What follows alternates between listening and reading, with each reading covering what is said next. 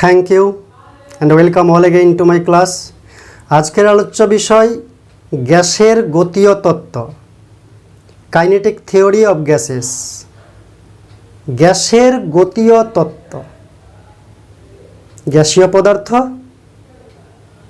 যে ক্ষুদ্র ক্ষুদ্র কণা দিয়ে তৈরি, তারা সর্বদাই গতিশীল থাকে।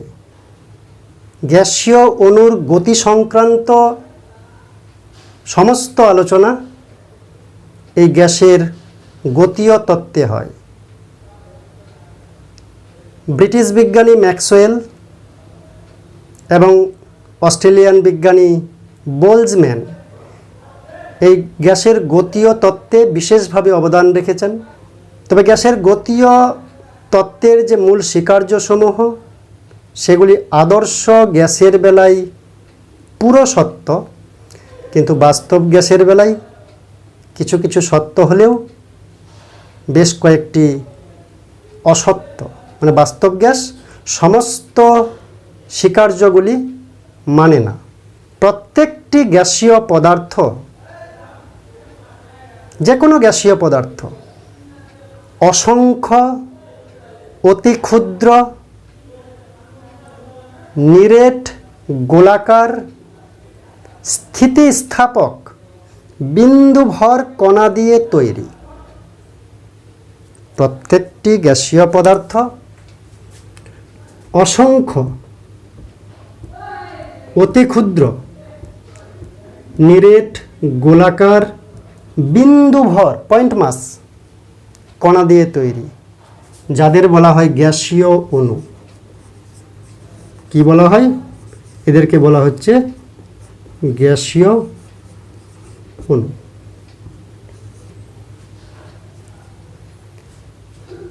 একই গ্যাসীয় পদার্থের সমস্ত অণুগুলি সকল বিষয়ে একই রকমের।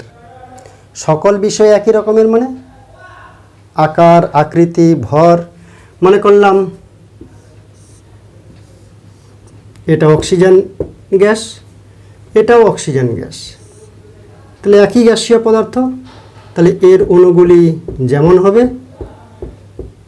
যেহেতু একই গ্যাসীয় পদার্থ, এটাও দুটোই একই গ্যাসীয় পদার্থ, তাই এর সমস্ত অণু সকল বিষয়ে একই রকম। মানে এই অণুগুলোর আকার আকৃতি, এই অণুদের আকার আকৃতি একই রকম, এই অণুদের ভর একই রকম। কিন্তু যদি ভিন্ন গ্যাসীয় পদার্থ হয়, ভিন্ন ভিন্ন গ্যাসীয় পদার্থ, মনে করলাম এটা আলাদা গ্যাসীয় পদার্থ, তাহলে এদের অণুদের সকল বিষয় এই অণুদের চাইতে আলাদা। আলাদা গ্যাসীয় পদার্থ, ভিন্ন গ্যাসীয় পদার্থ, তাহলে সমস্ত অণুগুলি বিভিন্ন বিষয়ে ভিন্ন ধরনের হবে।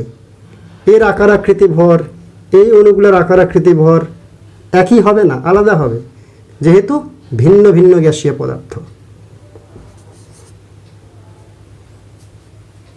3 নম্বর স্বীকার্য হচ্ছে গ্যাসীয় পদার্থের অণুগুলি অতি ক্ষুদ্র, বিন্দুবৎ, বিন্দুভর। তাই গ্যাসীয় অণুগুলির আয়তন পাত্রের আয়তনের তুলনায় নগণ্য। মানে এই যে গ্যাসীয় অণুগুলো আছে, আবদ্ধ পাত্রে রাখা হয়েছে, তো আবদ্ধ পাত্রের যতটা জায়গা, যতটা ভলিউম রয়েছে, সমস্ত জায়গা জুড়ে অণুগুলা ছোটাছুটি করছে। তাই গ্যাসের আয়তন বলতে পাত্রের সমস্ত আয়তনকে বোঝায়। কিন্তু গ্যাসের অণুগুলাকে যদি কালেকশন করে ঘন সন্নিবিষ্টভাবে সব অণুগুলাকে ধরে নিয়ে এসে এক জায়গায় রাখি, তাহলে অণুদের এটা হচ্ছে প্রকৃত আয়তন। অণুদের প্রকৃত আয়তন পাত্রের আয়তনের তুলনায় নগণ্য। অণুগুলার আয়তন পাত্রের আয়তনের তুলনায় নগণ্য। তাই গ্যাসীয় পদার্থের আয়তন বলতে পাত্রের আয়তনকে বোঝায়। গ্যাসীয় পদার্থের আয়তন বলতে পাত্রের আয়তনকে বোঝায়। যখন অণুগুলা ছোটাছুটি করছিল কতটা জায়গা জুড়ে, যতটা পাত্রের আয়তন। তাই গ্যাসের আয়তন মানে পাত্রের আয়তন। কিন্তু গ্যাসীয় অণুগুলার নিজস্ব আয়তন যদি কালেকশন করে একটা জায়গায় রাখি, সেই আয়তন নগণ্য পাত্রের আয়তনের তুলনায়। তাই গ্যাসীয় পদার্থের আয়তন বলতে পাত্রের আয়তনকেই বোঝায়। গ্যাসীয় পদার্থের অণুগুলি পাশাপাশি দুটা অণুর মধ্যে যে দূরত্ব, অণুতে অণুতে যে দূরত্ব কি বলে? আন্তরাণবিক ব্যবধান। এই আন্তরাণবিক ব্যবধান গ্যাসীয় অণুর বেলায় যথেষ্ট বেশি। অণুতে অণুতে দূরত্ব যথেষ্ট বেশি, আন্তরাণবিক ব্যবধান যথেষ্ট বেশি কঠিন কিংবা তরলের তুলনায়। তাই অণুগুলির মধ্যে আন্তরাণবিক আকর্ষণ বল কি? আন্তরাণবিক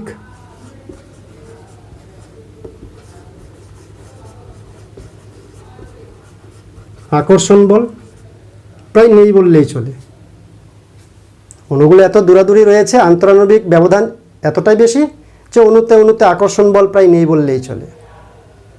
তাই এখানে সমস্ত শক্তি, গ্যাসীয় অণুর সমস্ত শক্তিই হচ্ছে গতিশক্তি।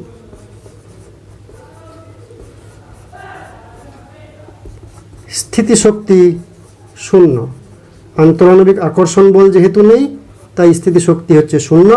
সমস্ত শক্তিই হচ্ছে গতিশক্তি গ্যাসীয় অণুর।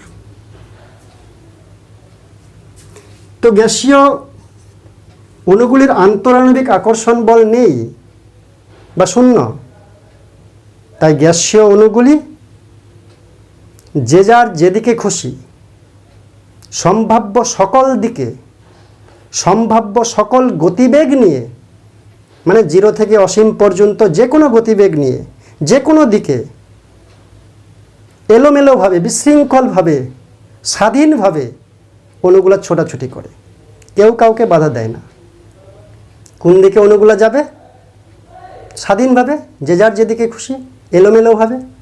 কত বেগে ছুটবে? সম্ভাব্য সকল বেগে, 0 থেকে অসীম পর্যন্ত। 0 থেকে অসীম পর্যন্ত যে কোনো গতিবেগ নিয়ে সম্ভাব্য সকল দিকে গ্যাসীয় অণুগুলি ছোটাছুটি করে। গ্যাসীয় অণুগুলি যখন ছোটাছুটি করে, যে কোনো একটা গ্যাসীয় অণুর, যে কোনো একটা গ্যাসীয় অণু সর্বদাই সমবেগে গতিশীল হয়। একটা গ্যাসীয় অণু কী হবে? সমবেগে সরল রেখায় গতিশীল হবে যতক্ষণ না অন্য অণু দ্বারা ধাক্কা খায় বা পাত্রের দেওয়ালে ধাক্কা খায়, ততক্ষণ পর্যন্ত সরল রেখায় সমবেগে গতিশীল থাকবে গ্যাসীয় অণু।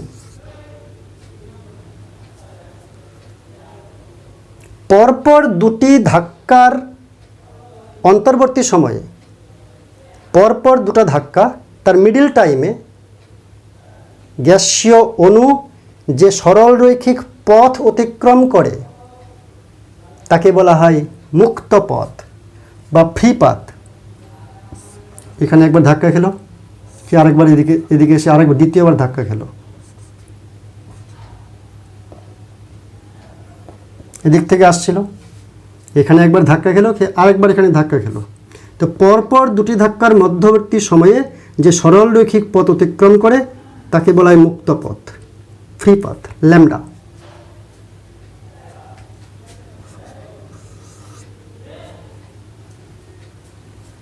গ্যাসীয় অণুগুলির সংঘর্ষ বা সংঘাত পূর্ণ স্থিতিস্থাপক সংঘর্ষ। কি সংঘর্ষ? গ্যাসীয় অণুগুলির যে পারস্পরিক সংঘর্ষ বা পাত্রের দেওয়ালে সংঘর্ষ, সেই সংঘর্ষ হচ্ছে পূর্ণ স্থিতিস্থাপক সংঘর্ষ।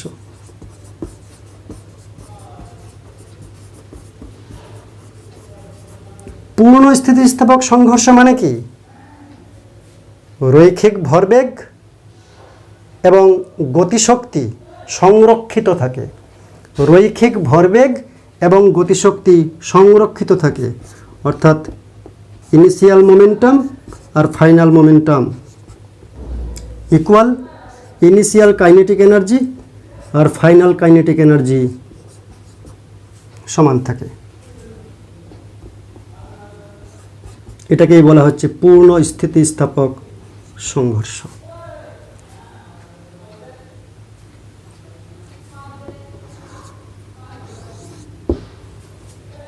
গ্যাসীয় অণুগুলি বা কণাগুলি যখন সংঘর্ষ করে, সংঘর্ষ করতে যে সময় লাগে, সংঘর্ষ কাল যেটি মুক্ত পথ অতিক্রম করার জন্য যা সময়, তার তুলনায় নগণ্য সংঘর্ষকাল।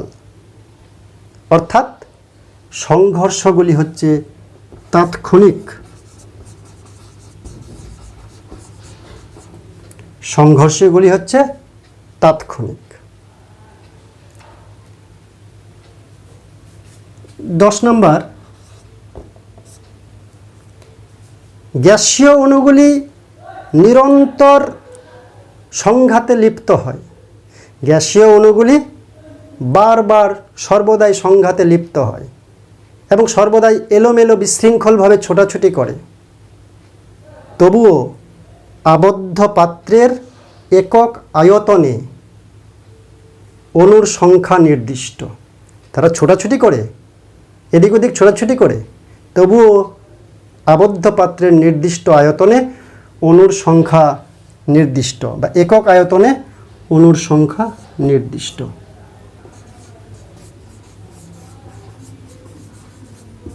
একক আয়তনে অণুর সংখ্যা নির্দিষ্ট, বা N/V = স্থির। মনে করলাম মোট অণু হচ্ছে N, আয়তন হচ্ছে V, তাহলে ভাগ করলে একক আয়তনে যে অণুর সংখ্যা সেটা হচ্ছে স্থির। অভিকর্ষ বল, অভিকর্ষ বল এই গ্যাসীয় অণুর ছোটাছুটিতে, গ্যাসীয় অণুর গতিশীলতায় অভিকর্ষ বল কোনো প্রভাব বিস্তার করে না। অভিকর্ষ বল কোনো প্রভাব বিস্তার করে না, কারণ অণুগুলা এত ক্ষুদ্র, এত বিন্দুবৎ, বিন্দুভর, যে অভিকর্ষ বল তার উপর বিশেষ প্রভাব বিস্তার করতে পারে না। তাই দুইটি গ্যাসীয় পদার্থ দুইটা পাত্রে আছে, তাদেরকে খোলা মুখগুলি একসঙ্গে মিশিয়ে দিলে ভারী কণা না হালকা কণা, বড় অণু না ছোট অণু, তা বিবেচনা না করে তারা পরস্পর ব্যাপন প্রক্রিয়ায় মিলিত হয়, দুই পাত্রের ঘনত্ব সমান হয়ে যায়। অর্থাৎ অভিকর্ষ বল আছে তাই ভারী অণুগুলা নিচের পাত্রে, হালকা অণুগুলা উপরের পাত্রে চলে যাবে, তা নয়। অভিকর্ষ বল প্রভাব বিস্তার করে না। গ্যাসীয় চাপ কি?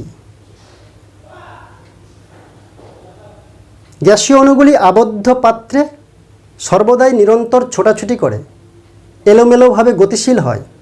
তার গতিশীলতার কারণে পাত্রের ভিতরের দেওয়ালে একক ক্ষেত্রফলের উপর লম্বভাবে যে বল প্রয়োগ করে ধাক্কাজনিত কারণে গ্যাসীয় অণুগুলি আবদ্ধ পাত্রে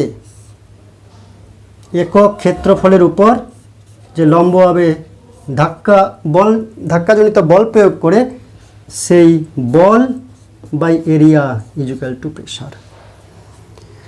গ্যাসীয় অণুগুলির ছোটাছুটির কারণে পাত্রের অন্তঃগাত্রে ভিতরের দেওয়ালে একক ক্ষেত্রফলের উপর ধাক্কাজনিত যে বল প্রয়োগ করে, সেটি হচ্ছে গ্যাসের চাপ। যে গ্যাসের চাপ নির্ভর করে একক আয়তনে অণুর সংখ্যার উপর। কার উপর? অণুর সংখ্যার উপর, গ্যাসীয় অণুর ভরের উপর এবং গতিবেগের উপর। গ্যাসীয় অণুর গতিবেগের উপর, অ্যাকচুয়ালি RMS ভেলোসিটির উপর, √m² ভেলোসিটির উপর। গতিবেগ থেকেই আমরা √m² ভেলোসিটি পাবো। তো গতিবেগের উপর নির্ভর করে গ্যাসের চাপ। তাহলে কি লিখলাম? গ্যাসের গতীয় তত্ত্বের মূল স্বীকার্যসমূহ যেগুলি বললাম সেগুলি এখানে গুছিয়ে লেখা হয়েছে, সমস্ত স্বীকার্যগুলি। 1 নম্বর, প্রত্যেকটি গ্যাসীয় পদার্থ অসংখ্য অতি ক্ষুদ্র নিরেট গোলাকার স্থিতিস্থাপক বিন্দুভর কণা দিয়ে তৈরি। এদের গ্যাসীয় অণু বলে। একই গ্যাসীয় পদার্থের সমস্ত অণুগুলি সকল বিষয়ে একই রকমের, সকল বিষয়ে বলতে আকার আকৃতি ভর, এবং ভিন্ন ভিন্ন গ্যাসীয় পদার্থের অণুগুলি সকল বিষয়ে ভিন্ন ধরনের, যেটা আলোচনা করলাম। 3 নম্বর, গ্যাসীয় অণুগুলি বিন্দুভর বলে গ্যাসীয় অণুগুলির আয়তন পাত্রের আয়তনের তুলনায় নগণ্য। গ্যাসের আয়তন বলতে পাত্রের আয়তনকেই বোঝায়, যে জায়গা জুড়ে পাত্রের ভিতরে ছোটাছুটি করে গ্যাসের অণুগুলি, সেই আয়তনই হচ্ছে গ্যাসের আয়তন। আন্তরাণবিক ব্যবধান যথেষ্ট বেশি বলে অণুতে অণুতে আকর্ষণ বল, মানে আন্তরাণবিক আকর্ষণ বল প্রায় নেই বললেই চলে। তাই গ্যাসীয় অণুগুলির কোনো স্থিতিশক্তি নেই, সমস্ত শক্তি কি গতিশক্তি। গ্যাসীয় অণুগুলি স্বাধীনভাবে এবং সম্পূর্ণ এলোমেলোভাবে সম্ভাব্য সকল দিকে এবং সম্ভাব্য সকল বেগে, 0 থেকে অসীম পর্যন্ত যে কোনো বেগে সর্বদাই গতিশীল থাকে বিশৃঙ্খলভাবে। যে কোনো একটি গ্যাসীয় অণু সর্বদাই সরল রেখায় সমবেগে গতিশীল থাকে যতক্ষণ না অন্য অণুর সাথে বা পাত্রের দেওয়ালে ধাক্কা খায়। পরপর 2টি ধাক্কার অন্তর্বর্তী সময়ে গ্যাসীয় অণু যে সরল রৈখিক পথ অতিক্রম করে, সেই সরল রৈখিক পথকে কি বলে? মুক্ত পথ বলে। যে সময় ধরে একটি সংঘর্ষ ঘটে তা মুক্ত পথ অতিক্রম করার সময়ের তুলনায় নগণ্য। অর্থাৎ সংঘর্ষগুলি তাৎক্ষণিক। প্রতিটি সংঘর্ষ পূর্ণ স্থিতিস্থাপক সংঘর্ষ, মানে রৈখিক ভরবেগ ও গতিশক্তি সংরক্ষিত থাকে। 10 নম্বর পয়েন্ট, গ্যাসীয় অণুগুলি পাত্রের দেওয়ালের সঙ্গে ধাক্কাজনিত কারণে একক ক্ষেত্রফলের উপর লম্বভাবে যে বল প্রয়োগ করে বা বল প্রয়োগ হয়, সেটি গ্যাসের চাপ। অণুদের ভর, বেগ ও ঘনত্বের উপর, মানে একক আয়তনে অণুর সংখ্যার উপর এই গ্যাসের চাপ নির্ভর করে। গ্যাসীয় অণুগুলি নিরন্তর সংঘাতে লিপ্ত হলেও বা এলোমেলোভাবে গতিশীল হলেও পাত্রের মধ্যে, আবদ্ধ পাত্রের একক আয়তনে অণুর সংখ্যা নির্দিষ্ট। ছোটাছুটি করছে মানে পাত্রের ভিতরে কোথাও অণুর সংখ্যা বেশি কোথাও কম তা নয়, যেটা ডিটেলসে আলোচনা করলাম। 12 নম্বর, গ্যাসীয় অণুগুলির গতিশীলতায় অভিকর্ষ বল কোনো প্রভাব বিস্তার করে না। এবার আমরা আলোচনা করব ব্রাউনিয়ান মোশন। বেশ ইন্টারেস্টিং। বিজ্ঞানীর নাম রবার্ট ব্রাউন,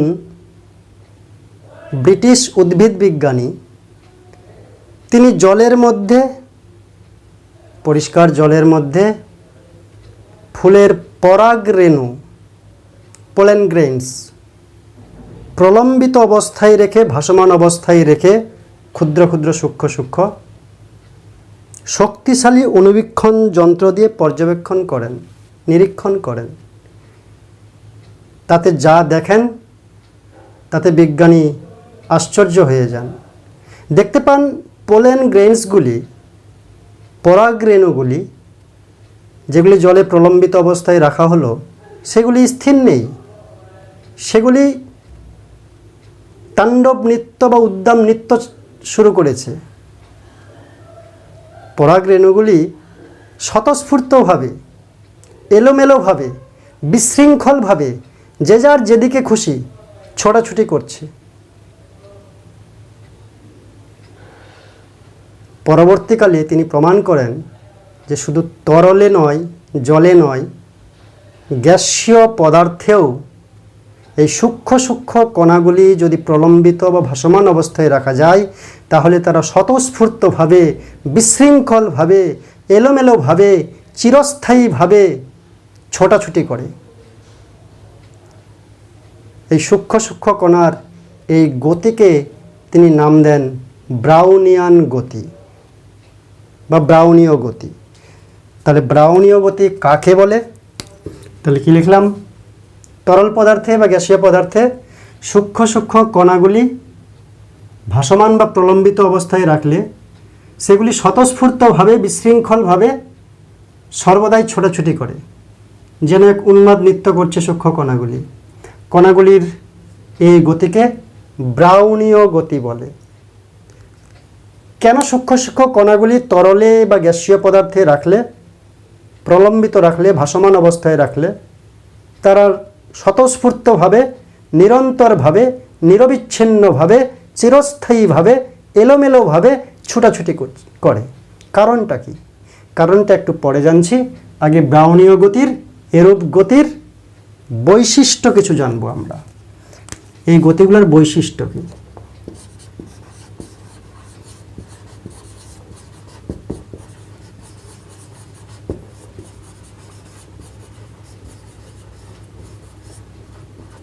ব্রাউনীয় গতির বৈশিষ্ট্য যদি একটা চিত্র অঙ্কন করতে চাই, যে এরকম ক্ষুদ্র ক্ষুদ্র কণাগুলি তরলের মধ্যে বা গ্যাসের মধ্যে প্রলম্বিত অবস্থায় রাখলাম, তাহলে এদিকে যাবে, এদিক থেকে এদিকে, এদিকে, এদিকে, এদিকে, এদিকে, এদিকে, যেদিকে ইচ্ছা গোটা তরল নিরন্তরভাবে ছোটাছুটি করবে।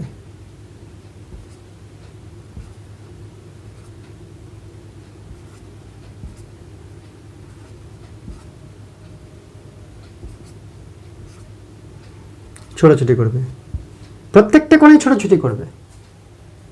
এই গতিকে বলা হচ্ছে ব্রাউনীয় গতি। বৈশিষ্ট্য কি? প্রথম বৈশিষ্ট্য, এই গতি স্বতঃস্ফূর্ত,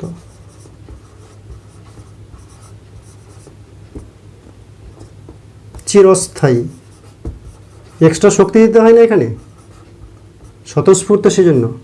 চিরস্থায়ী মানে থামবে না। এই গতি স্বতঃস্ফূর্ত, চিরস্থায়ী, নিরবিচ্ছিন্ন। মানে অণুটা একটা গতাগতি মানে গতিশীল হওয়ার পরে কিছুক্ষণ পরে থেমে যাবে, বিচ্ছিন্ন হয়ে যাবে, আবার একটু পরে চলবে, তা না, নিরবিচ্ছিন্নভাবে গতিশীল থাকবে। নিরবিচ্ছিন্ন এবং এলোমেলো, কোনো নির্দিষ্ট নিয়ম নেই, এদিক না সেদিক র্যান্ডমলি মোশন করে, তাই এলোমেলো। তাহলে ব্রাউনীয় গতির মূল বৈশিষ্ট্য হচ্ছে এই গতি স্বতঃস্ফূর্ত, চিরস্থায়ী, নিরবিচ্ছিন্ন এবং এলোমেলো। দ্বিতীয় নাম্বার হচ্ছে, যে পাত্রে তরল বা গ্যাসীয় পদার্থ রাখা হয়েছে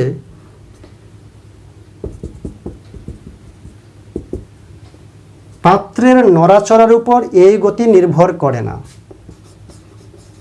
তরল বা গ্যাসীয় পদার্থকে যে পাত্রে রাখা হয়েছে, পাত্রের নড়াচড়ার উপর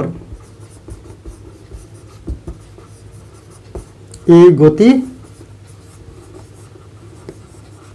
নির্ভর করে না।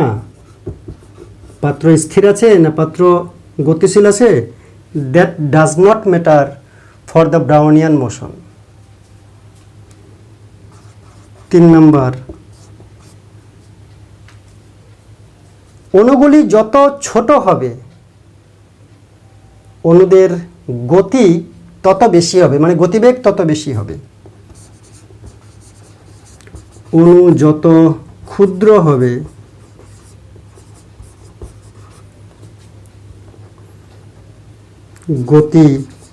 তার গতি তত বেশি হবে, তার গতি বা গতিবেগ তত বেশি হবে।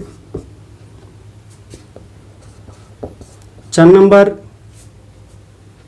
প্রপার্টি হচ্ছে, উষ্ণতা বৃদ্ধিতে ব্রাউনীয় গতি বৃদ্ধি পায়।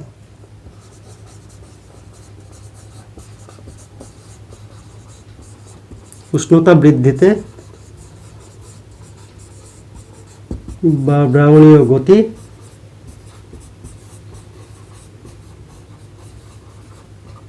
বৃদ্ধি পায়।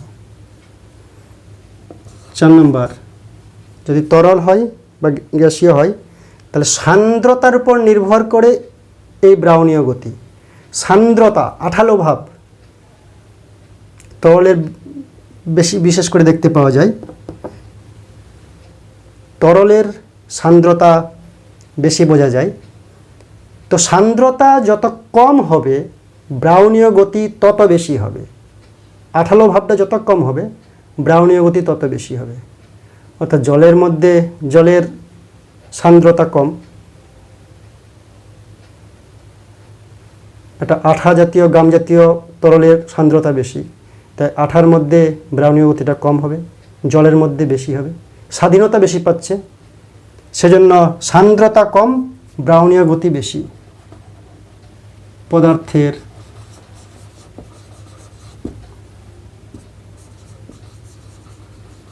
সান্দ্রতা ভিসকোসিটি হ্রাস পেলে এই গতি বৃদ্ধি পায়।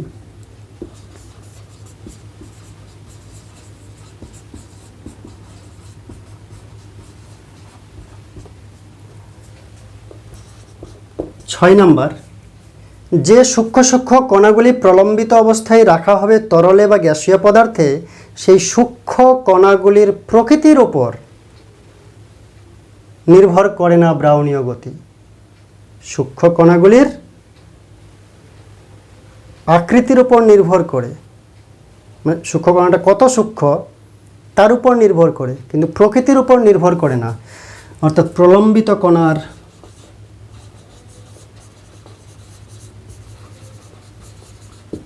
প্রকৃতির উপর নির্ভর করে না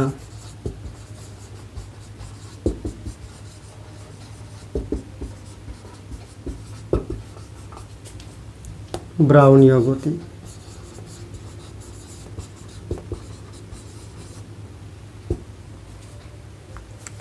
ব্রাউনীয় গতির কারণ কি বা ব্যাখ্যা কি?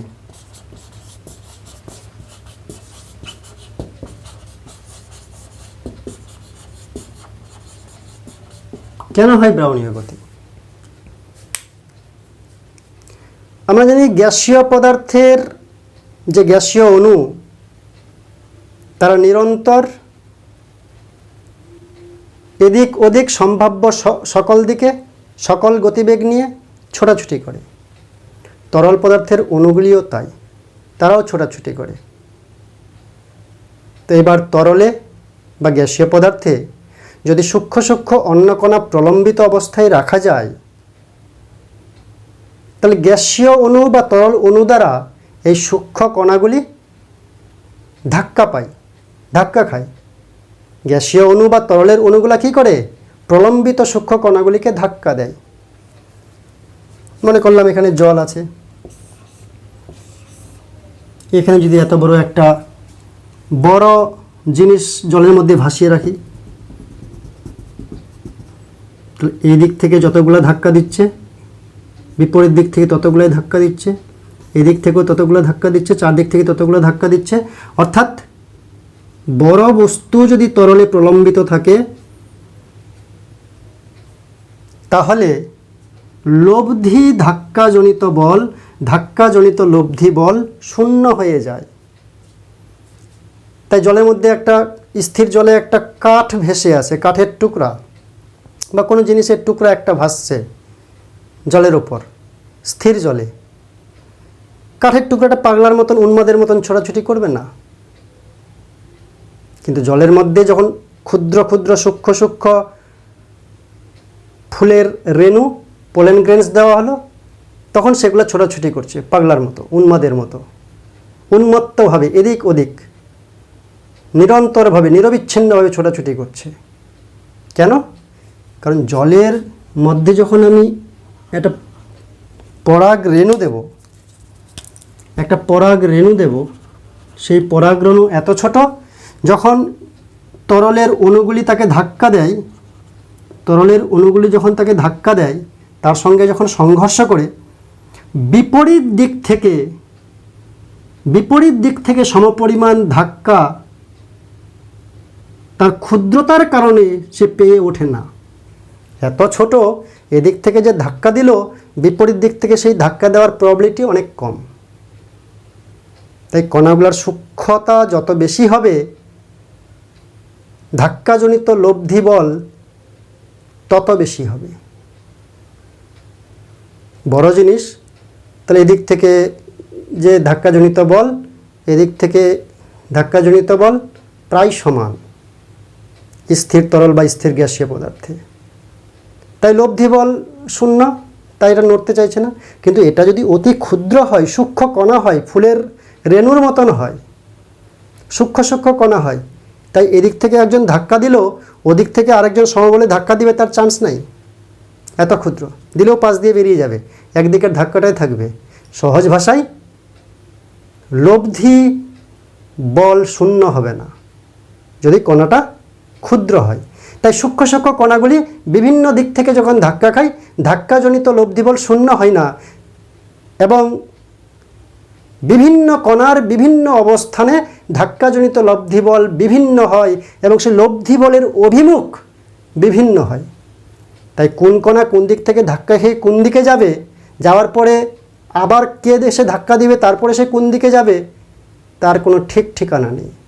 তাই র্যান্ডমলি তরলে বা গ্যাসীয় পদার্থে যদি সূক্ষ্ম কণা প্রলম্বিত অবস্থায় রাখা যায়, তারা ঘুষি খেয়েই এদিক সেদিক ওদিক এদিক ছোটাছুটি করে, যেটা ব্রিটিশ বিজ্ঞানী উদ্ভিদ বিজ্ঞানী রবার্ট ব্রাউন প্রথম পর্যবেক্ষণ করেন জলের মধ্যে পোলেন গ্রেইনস বা ফুলের রেণুকে প্রলম্বিত অবস্থায় রেখে, যাকে ব্রাউনিয়ান মোশন বা ব্রাউনীয় গতি নাম দেওয়া হয়েছে। ধাক্কাজনিত লব্ধি বল শূন্য না হওয়ার কারণে, ধাক্কাজনিত বলতে আণবিক স্তরে ধাক্কাজনিত, কি স্তরে? আণবিক স্তরে, অণুর বিচারে আণবিক স্তরে ধাক্কাজনিত লব্ধি বল শূন্য না হওয়ার কারণে ব্রাউনীয় গতি তৈরি হয়। তো এই হচ্ছে ব্রাউনীয় গতির সংক্ষিপ্ত আলোচনা। আমরা গ্যাসের গতীয় তত্ত্বে জানলাম যে গ্যাসের অণুগুলার গতিবেগ 0 থেকে অসীম পর্যন্ত যে কোনো মানের হতে পারে। তো গ্যাসের অণুগুলির গতিবেগ বিভিন্নভাবে ডিফাইন করা যায়, বিভিন্ন রকম গতিবেগ রয়েছে। গ্যাসীয় অণুর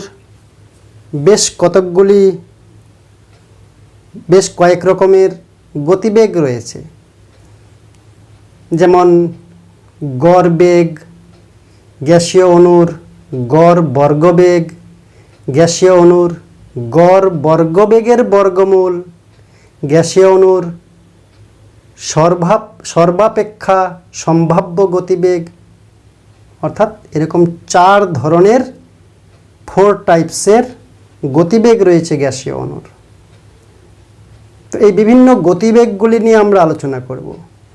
বিভিন্ন ধরনের গতিবেগ আসার অন্যতম কারণ যে গ্যাসের অণুগুলি 0 থেকে অসীম পর্যন্ত সম্ভাব্য সকল গতিবেগে সকল দিকে নিরন্তর ছোটাছুটি করে।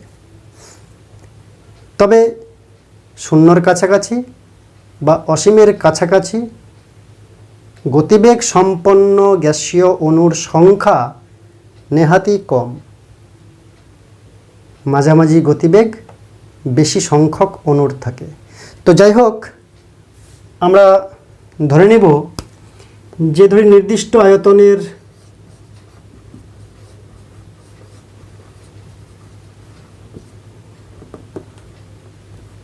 নির্দিষ্ট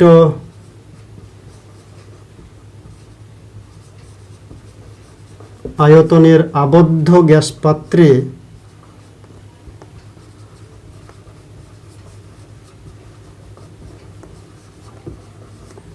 ধরি নির্দিষ্ট আয়তনের আবদ্ধ গ্যাস পাত্রে n সংখ্যক গ্যাসীয় অণু রয়েছে।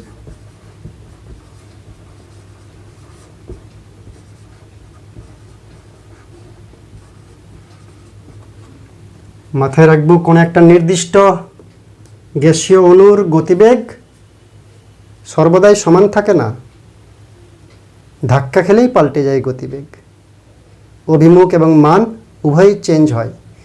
গ্যাসীয় অণু যতক্ষণ না ধাক্কা খাচ্ছে, কোনো একটা গ্যাসীয় অণু, একটা নির্দিষ্ট গ্যাসীয় অণুর কথা বলছি, প্রত্যেকটা গ্যাসীয় অণুর আলাদা আলাদা গল্প। একটা নির্দিষ্ট গ্যাসীয় অণু ধাক্কা খাওয়ার আগ পর্যন্ত সরল রেখায় সমবেগে গতিশীল হয়, বেগ স্থির থাকে, যেই ধাক্কা খেলো বেগ পাল্টে গেল। প্রত্যেকটা গ্যাসীয় অণুর একটা নির্দিষ্ট মুহূর্তে, নির্দিষ্ট সময়ে যতগুলো গ্যাসীয় অণু রয়েছে আবদ্ধ গ্যাসীয় পাত্রে, আবদ্ধ গ্যাস পাত্রে, বিভিন্ন অণুর বিভিন্ন গতিবেগ থাকে একটা নির্দিষ্ট মুহূর্তে। পর মুহূর্তে কেউ ধাক্কা খেলো, তার বেগ পাল্টে গেল। তো মনে করবে একটা নির্দিষ্ট মুহূর্তে, একটা ইনস্ট্যান্ট অফ টাইমে n সংখ্যক গ্যাসীয় অণু রয়েছে, তাদের গতিবেগ c1, c2, c3, c4 dot dot dot cn। ধরে নির্দিষ্ট কোনো মুহূর্তে, নির্দিষ্ট মুহূর্তে এই জন্য বলতেই হবে কারণ গতিবেগ মুহূর্তে মুহূর্তে পাল্টে যায় কণাগুলার। ধরে নির্দিষ্ট কোনো মুহূর্তে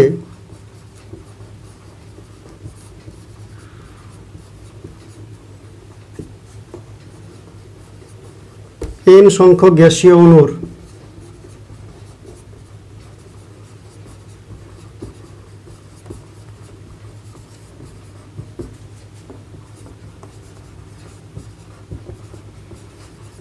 গতিবেগ যথাক্রমে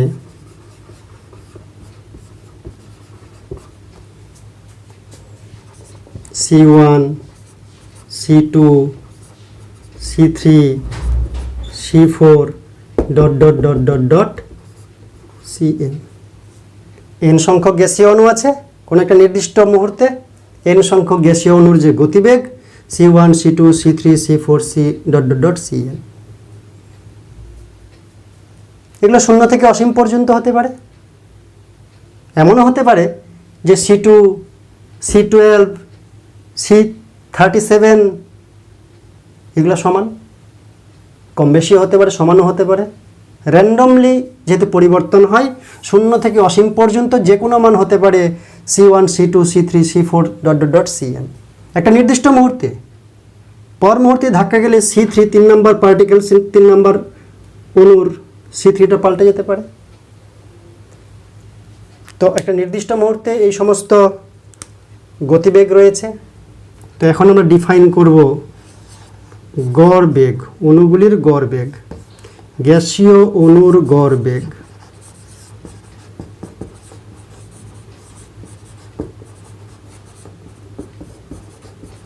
মিন ভেলোসিটি।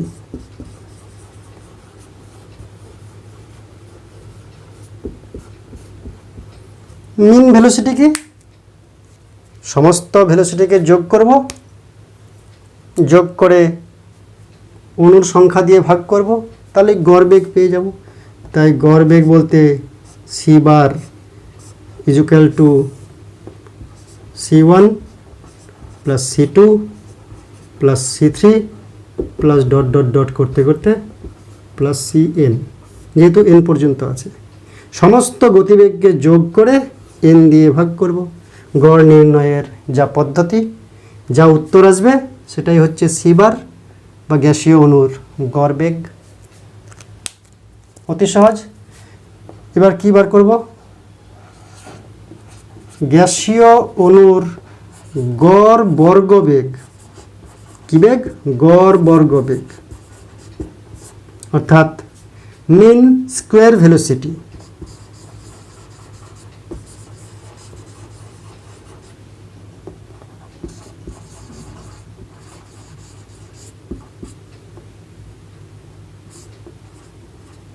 মিন স্কোয়ার ভেলোসিটি সেটা কি?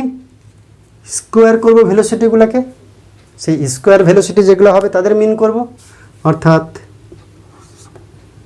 c স্কোয়ার যেগুলো হবে তার মিন করব।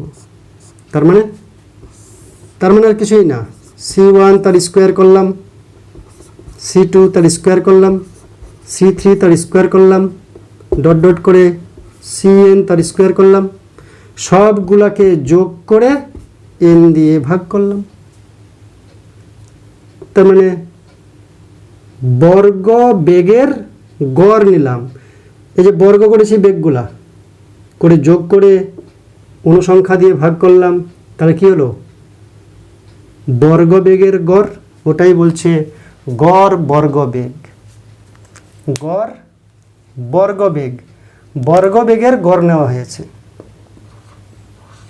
3 নম্বর, গ্যাসীয় অণুর গড় বর্গ বেগের বর্গমূল, গড় বর্গ বেগের বর্গমূল, যাকে বলা হয় রুট মিন স্কোয়ার ভেলোসিটি, অর্থাৎ RMS velocity, root mean square velocity. ভেলোসিটির স্কোয়ার করব, তার মিন করব, তার রুট নিব। এই যে মিন স্কোয়ার ভেলোসিটি হয়েছে, এর রুট নিব, যাকে আমি নাম দিতে পারি CRMS বা only C is equal to root over of what this root mean square velocity.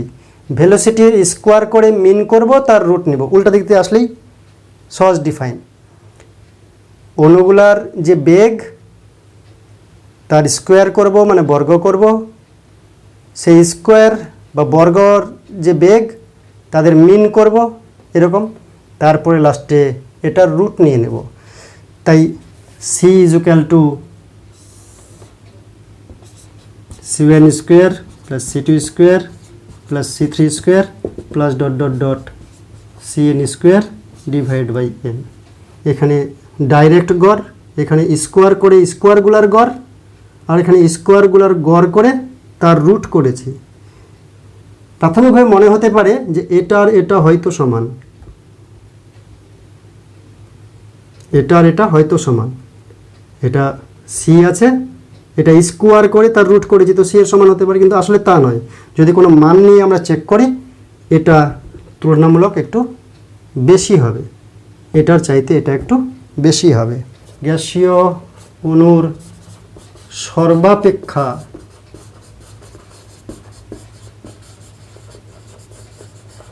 সম্ভাব্য গতিবেগ, যাকে বলা হয় মোস্ট প্রবাবল ভেলোসিটি।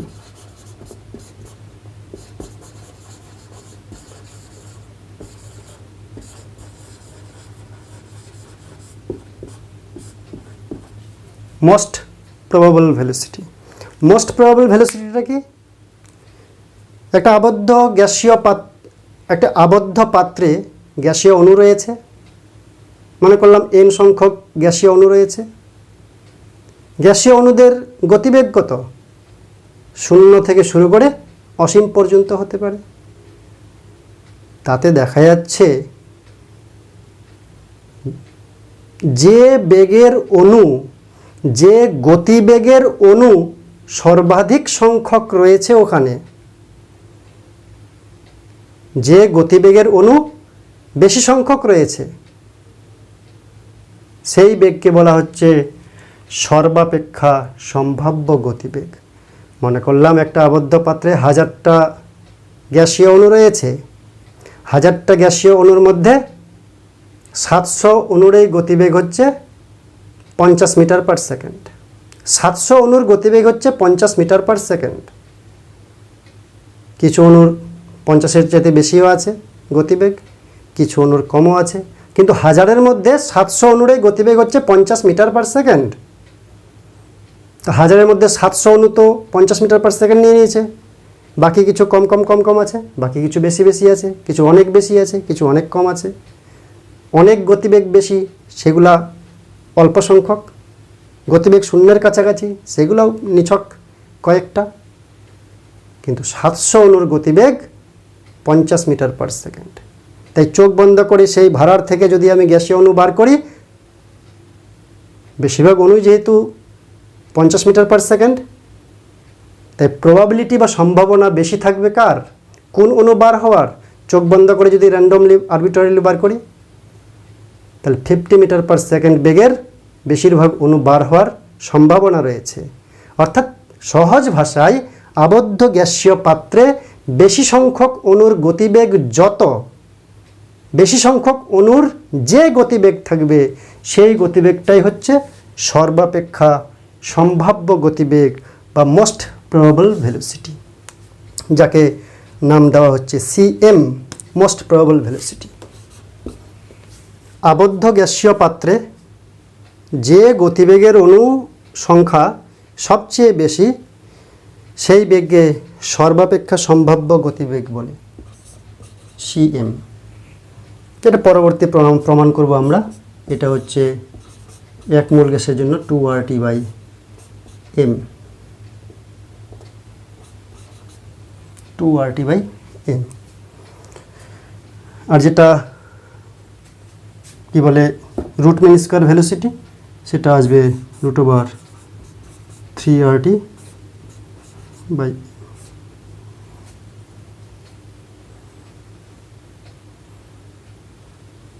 তো বিজ্ঞানী ম্যাক্সওয়েল গ্যাসীয় অণুর সংখ্যা এবং অণুগুলির গতিবেগ দুটিকে অক্ষ ধরে একটা গ্রাফ তৈরি করেছেন। অণুর সংখ্যা আর বেগ গ্রাফ।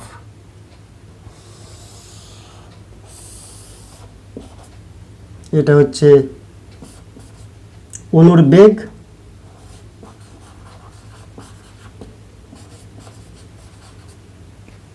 আর এদিকে হচ্ছে অণুর সংখ্যা।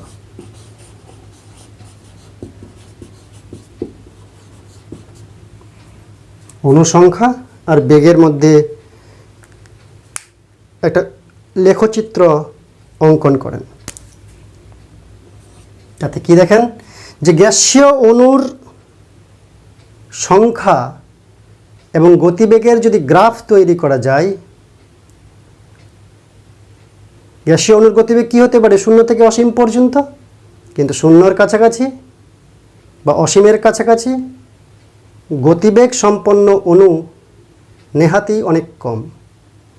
বেশিরভাগ অণু মাঝামাঝি একটা অণু, মাঝামাঝি একটা গতিবেগ। তাই গ্যাসীয় অণুর সংখ্যা যখন সর্বাধিক, সেই অণুগুলোর যে গতিবেগ তাকে মোস্ট প্রবাবল ভেলোসিটি বা সর্বাপেক্ষা সম্ভাব্য গতিবেগ বলে। তাই গ্রাফটা কী হবে? গতিবেগ যখন কম, এটা গতিবেগের অক্ষ, এদিকে গেলে গতিবেগ বাড়ে। তো গতিবেগ যখন কম তখন অণুর সংখ্যা কম, প্রায় 0-এর কাছাকাছি।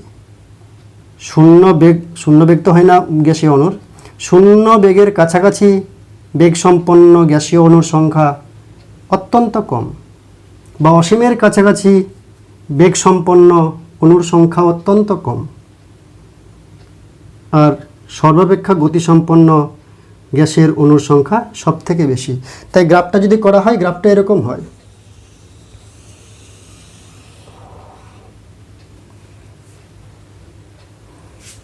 অর্থাৎ সর্বাপেক্ষা যেখানে অণুর সংখ্যা বেশি, এটা অণুর সংখ্যা, এখানে অণুর সংখ্যা সবচেয়ে বেশি, তাহলে এই গতিবেগকে বলা হচ্ছে most probable velocity, CM.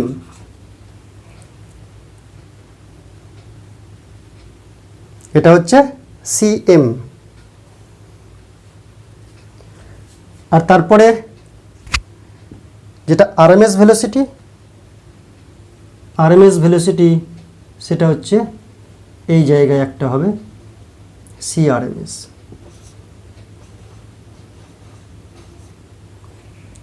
Root mean square velocity. আর মিন ভেলোসিটি সেটা এখানে একটা জায়গায় আসবে।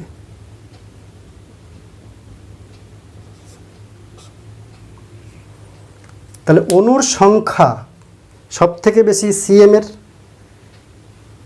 তারপরে অণুর সংখ্যা বেশি সি এভারেজের, সি মিনের, অনুর সংখ্যা কম CRMS এর, কোনটা বেগ বেশি?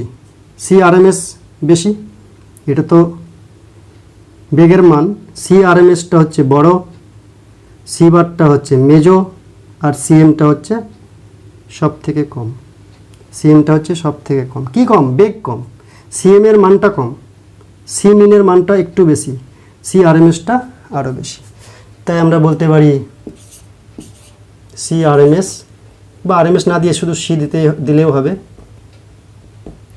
root mean square velocity C is greater than C mean is greater than C most probable velocity. যদি রেশিও করি C RMS is to C mean is to CM, তাহলে কি আসবে? √8/π√2।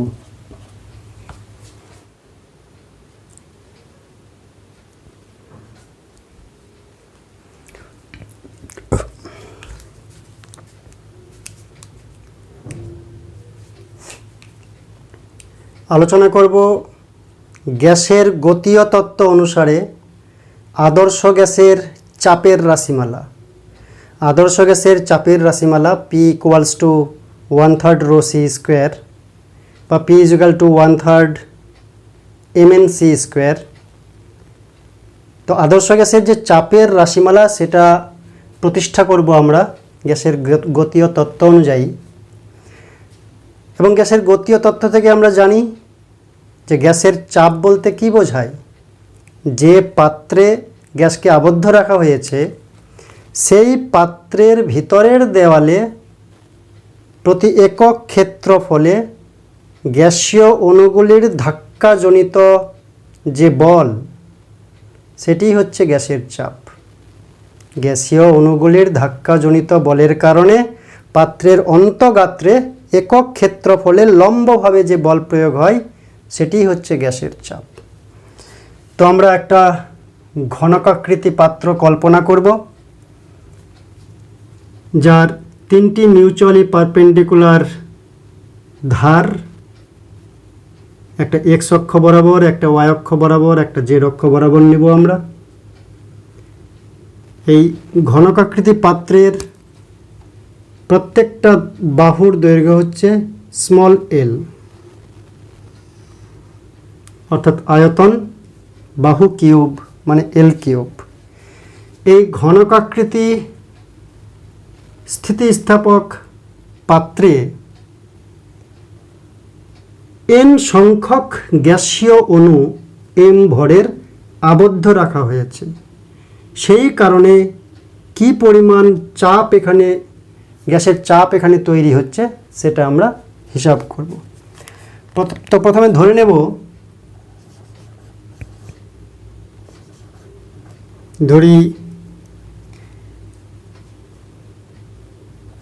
n সংখ্যক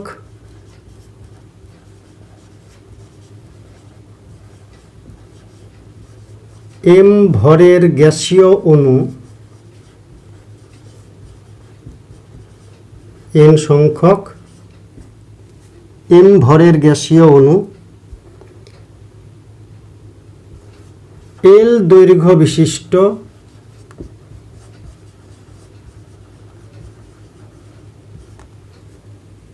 ঘনকাকৃতির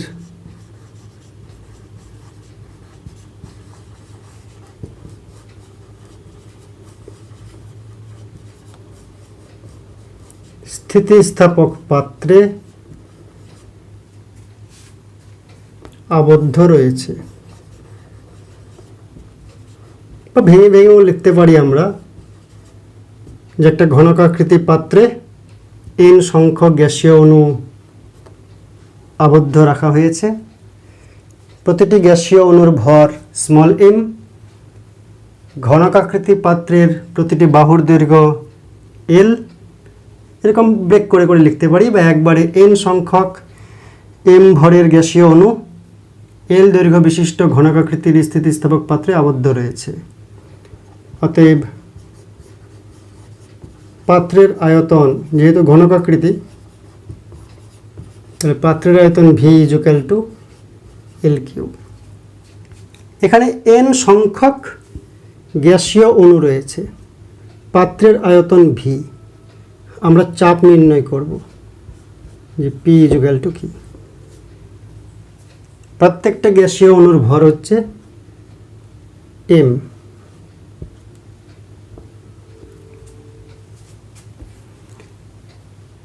তো বিভিন্ন গ্যাসীয় অণু তার বিভিন্ন গতিবেগ থাকে।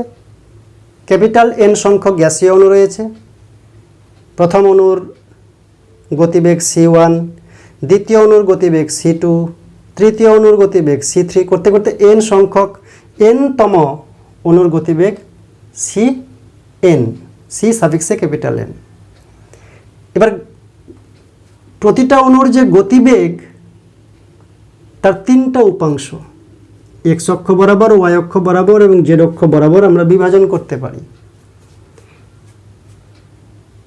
মনে করলাম একটা গ্যাসীয় অণু নিলাম c1,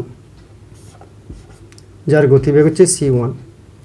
তো c1 গতিবেগ তাকে তিনটি অক্ষ বরাবর যদি আমরা বিভাজন করি উপাংশে, তাহলে x অক্ষ বরাবর উপাংশ মনে করলাম u1, y অক্ষ বরাবর উপাংশ মনে করলাম v1, z অক্ষ বরাবর উপাংশ মনে করলাম ওমেগা1। c1 এর তিনটা উপাংশ v1, u1, v1, ওমেগা1। ধরি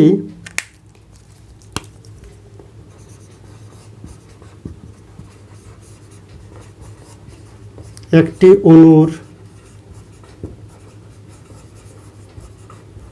প্রথমে একটি অণুর জন্য যে চাপ সেটা নির্ণয় করব, তারপরে সরলীকরণ করে n সংখ্যক অণুর জন্য চাপ আমরা নির্ণয় করব। ধরি একটি অণুর গতিবেগ c1 এর x উপাংশ সমান u1, y উপাংশ সমান v1, z উপাংশ সমান ওমেগা1। c1 is equal to u1 i cap plus v1 j cap plus ওমেগা1 k cap। c1 vector x অক্ষ বরাবর উপাংশ u1, y অক্ষ বরাবর উপাংশ v1, z অক্ষ বরাবর উপাংশ ওমেগা1। অর্থাৎ এখানে লিখতে পারি, অতএব c1 square is equal to u1 square plus v1 square plus omega one square. তাই একটি অণু যার গতিবেগ c1, তার জন্য এই তলে চাপ কত হচ্ছে সেটা আমরা নির্ণয় করব। তো অতএব x অক্ষ বরাবর গতি বিবেচনা করলে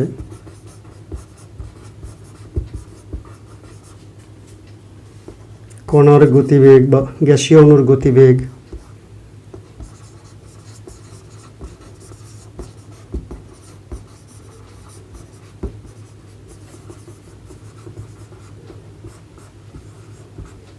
u1 উপাংশ।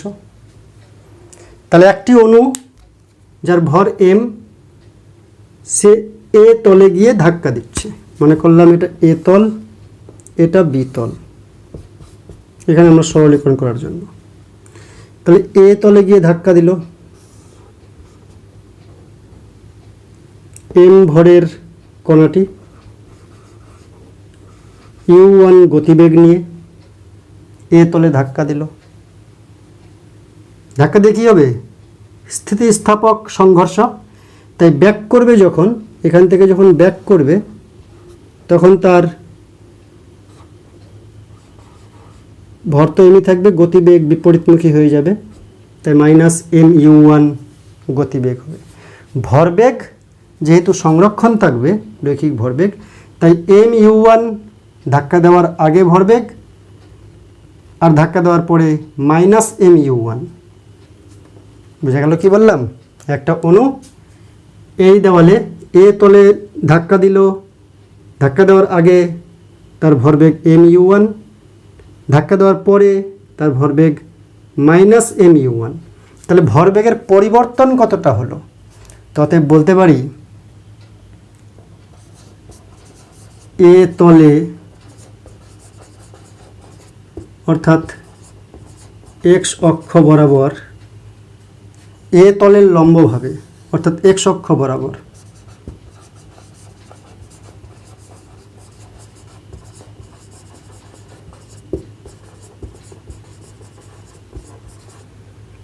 এ তলের লম্বভাবে অর্থাৎ এক্স অক্ষ বরাবর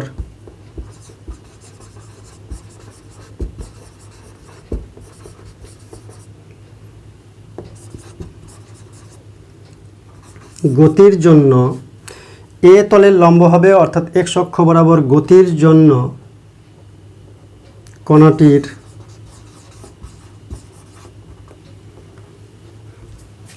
একবার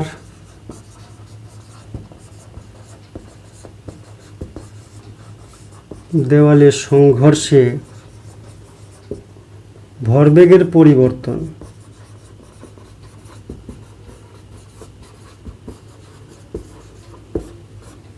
ভরবেগের পরিবর্তন কি হচ্ছে? ধাক্কা দেওয়ার আগে mu1 ভর ইন্টু বেগ, ধাক্কা দেওয়ার পরে বিপরীত দিকে আসছে, তাই না u1টা -u1 হয়ে গেল -mu1। তাহলে ভরবেগের পরিবর্তন কতটা হচ্ছে? mu1 minus of -mu1 is equal to 2mu1 হচ্ছে ভরবেগের পরিবর্তন। কয়টা সংঘর্ষের জন্য? একটা সংঘর্ষের জন্য। একটা সংঘর্ষের জন্য 2mu1 হচ্ছে ভরবেগের পরিবর্তন। আমরা বার করব চাপ। চাপ বার করতে গেলে একক ক্ষেত্রফলে বল প্রয়োজন। বল বার করব। বল কি? ভরবেগের পরিবর্তনের হার। তাই মূল টার্গেট হচ্ছে চাপ। চাপ বার করতে গেলে একক ক্ষেত্রফলে প্রযুক্ত বল লাগবে। বল বার করতে গেলে ভরবেগের পরিবর্তনের হার লাগবে। তাই ভরবেগের পরিবর্তন বার করলাম। এবার ভরবেগের পরিবর্তনের হার মানে সময় লাগবে। তাহলে একবার সংঘর্ষ করতে কি পরিমাণ সময় লাগে? এদিক থেকে গিয়ে একবার ধাক্কা দিল, ধাক্কা দেওয়া থেকে একটা সংঘর্ষ হলো, ধাক্কা দেওয়ার পরে এদিকে ফিরে আসবে, ফিরে এসে আবার এখান থেকে রিটার্ন করে দ্বিতীয়বার এই দেওয়ালে ধাক্কা দিতে যাইবে। টাইমটা কাউন্টিং কখন? প্রথম ধাক্কাটা খেলো, টাইম কাউন্টিং শুরু।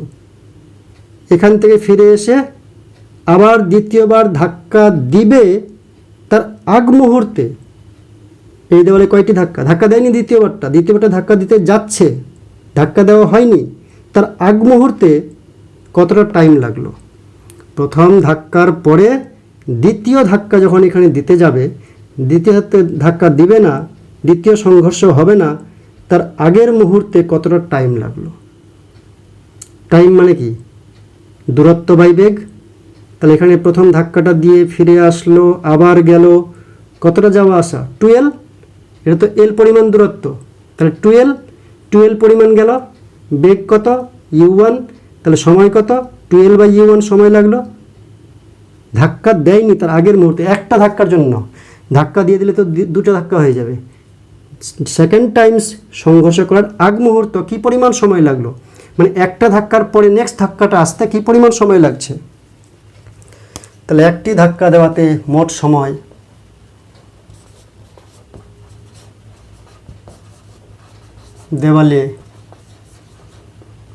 দেওয়ালে এক সংঘর্ষে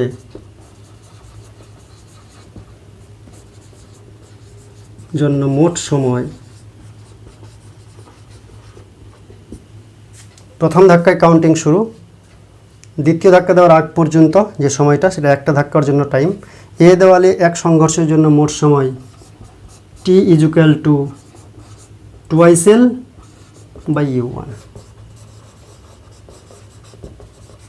ওই কোণার জন্য এ দেওয়ালে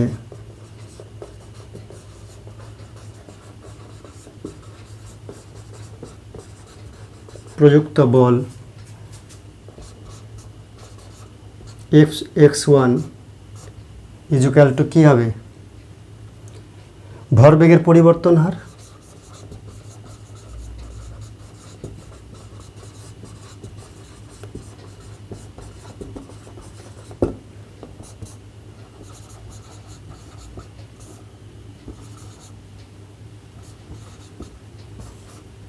টু টু কাটছে,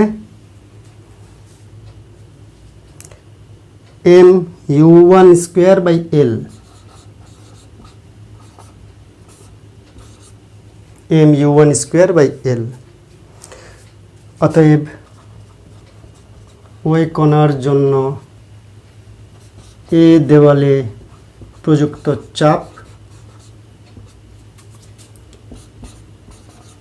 পি এক্স ওয়ান কী হবে, বল বাই ক্ষেত্রফল, বল বাই ক্ষেত্রফল F X one by L square, A মানে ক্ষেত্রফল, এল স্কোয়ার, যেহেতু বারোটার ক্ষেত্রফল এল স্কোয়ার, তাহলে কী হচ্ছে M U one square divided by L cube is equal to M U one square divided by V P X one. তাহলে একটি কণার জন্য এ তলে যে চাপ উপলব্ধি হলো, চাপ প্রয়োগ হলো, সেটা হচ্ছে M U one square by V, একটি কণার জন্য। অতএব এন সংখ্যক কণার জন্য, প্রথম কণা ইউ ওয়ান ছিল এক্স অক্ষ বরাবর বেগের উপাংশ, দ্বিতীয় কণার জন্য ইউ টু হবে উপাংশ, তৃতীয় কণার জন্য ইউ থ্রি। তাহলে সমস্ত কণার জন্য এন সংখ্যক কণার জন্য এ তলে প্রযুক্ত চাপ কত? অতএব এন সংখ্যক অণুর জন্য এক্স অক্ষ বরাবর চাপ বা এ তলে চাপ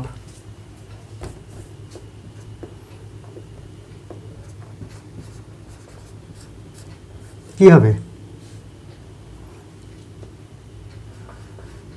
এম বাই ভি স্কোয়ার তো কমন হবে, U one square plus U two square plus dot dot dot U N square, capital N.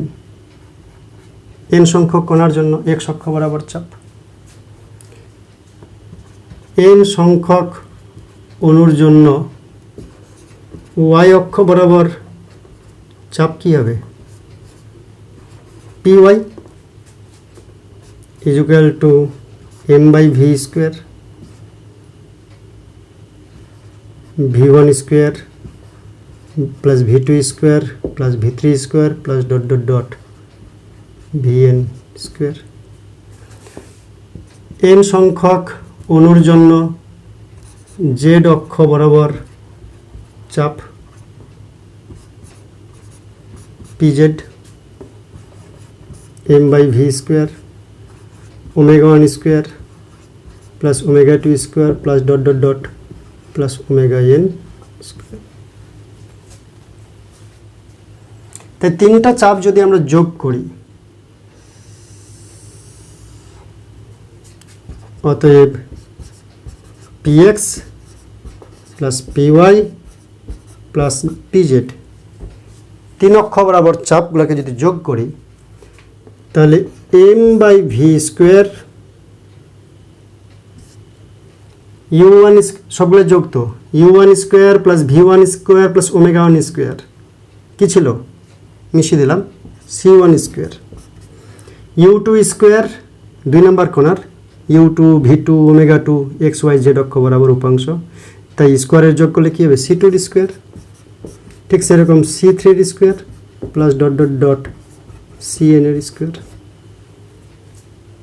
তাই তো এবার যদি আমরা এন দিয়ে ভাগ করি, এন সংখ্যক অণু রয়েছে, এন দিয়ে ভাগ করলাম আর এন দিয়ে গুণ করলাম, তাহলে এই জিনিসটা কি পাচ্ছি?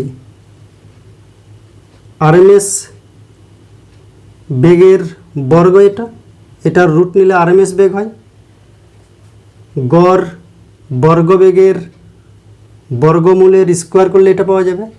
এটাকে লেখা যায় mn/v square into C square বা সি RMS স্কোয়ার, একই ব্যাপার।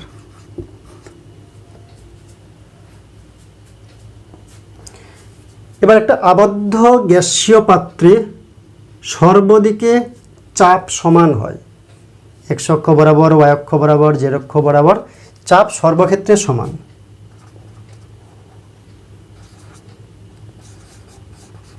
চাপ সর্বদিকে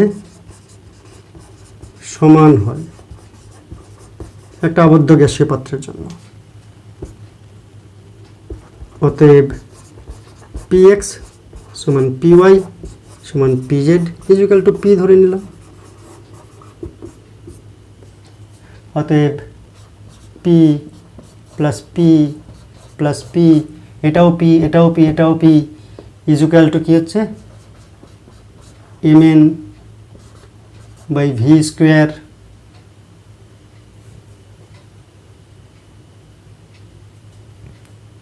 v স্কোয়ার হচ্ছে না v হচ্ছে,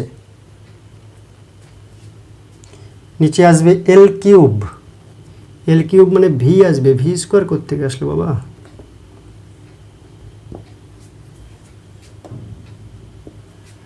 mn/v, v স্কোয়ার কোত্থেকে আসলো?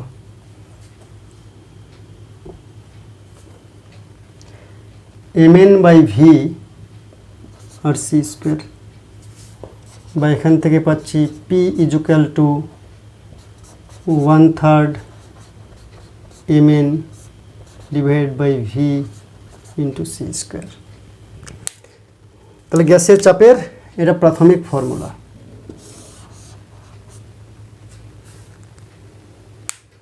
এবার এখান থেকে 1 নাম্বার কি লিখতে পারি? 1 নাম্বার লিখতে পারি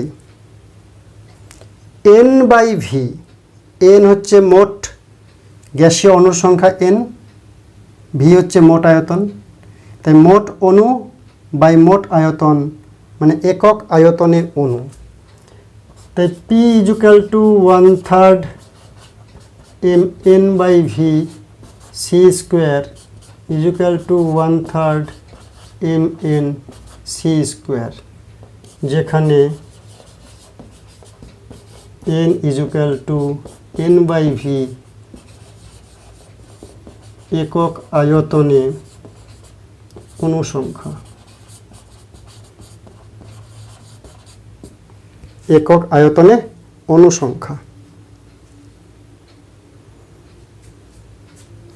আবার এখান থেকে এটা মূল চেহারা, এখান থেকে আরেকটা চেহারা আনতে পারি, p ইকুয়াল টু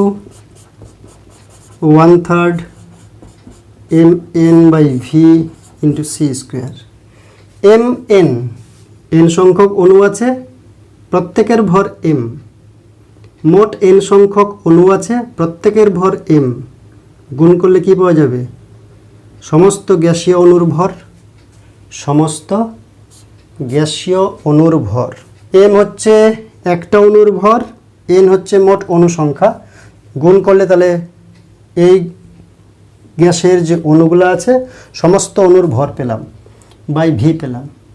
তো মোট ভর বাই মোট আয়তন, তার মানে কি ঘনত্ব 1/3 rho c স্কোয়ার। তাই p equal to 1/3 rho c square. তাহলে এখানে p equal to 1/3 mn c square আর p equal to 1/3 rho c square. এবার যদি আমরা 1 মোলের কথা আলোচনা করি, এবার যদি আমরা 1 মোল ধরি,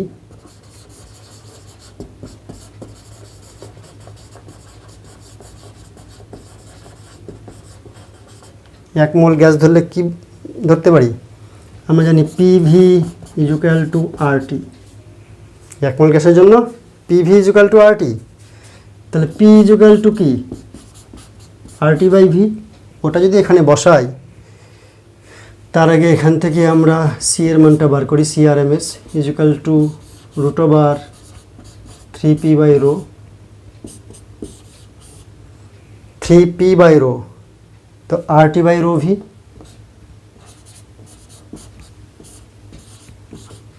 রো ভি।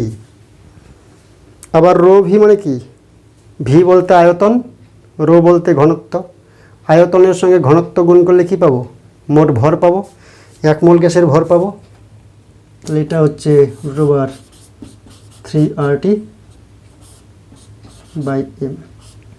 এম যদি মোলার ভর হয়, গ্যাসের আণবিক ভর হয়। এমকে আমরা মোলার ভর ধরলে আরটিটাকে নিয়ে আসতে পারবো। এমকে যদি 1 মোল ধরি তাহলে আরটিকে নিয়ে আসতে পারবো, সেজন্য 3RT বাই এম আসবে। এখানে এম বলতে মোলার ভর। তাহলে গ্যাসের অণুগুলির আরএমএস ভেলোসিটি, গড় বর্গবেগের বর্গমূলের ফর্মুলা কি পেলাম? আমরা পেলাম CRMS is equal to √3RT by m। নির্দিষ্ট গ্যাসের জন্য m নির্দিষ্ট, মোলার ভর নির্দিষ্ট। মোলার ভর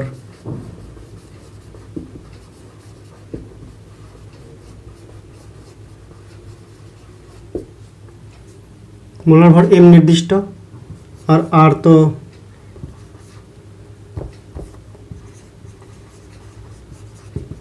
আর সর্বদাই নির্দিষ্ট, সর্বজনীন গ্যাস ধ্রুবক।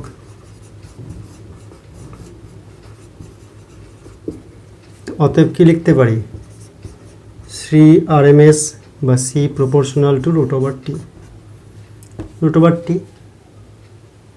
√3টা ধ্রুবক, 3 ধ্রুবক, R ধ্রুবক, M ধ্রুবক নির্দিষ্ট গ্যাসের জন্য মোলার মাস ধ্রুবক। তাহলে CRMS প্রপোর্শনাল টু T, অর্থাৎ গ্যাসের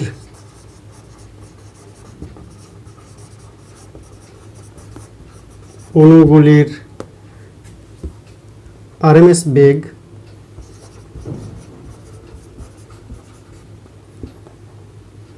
গ্যাসের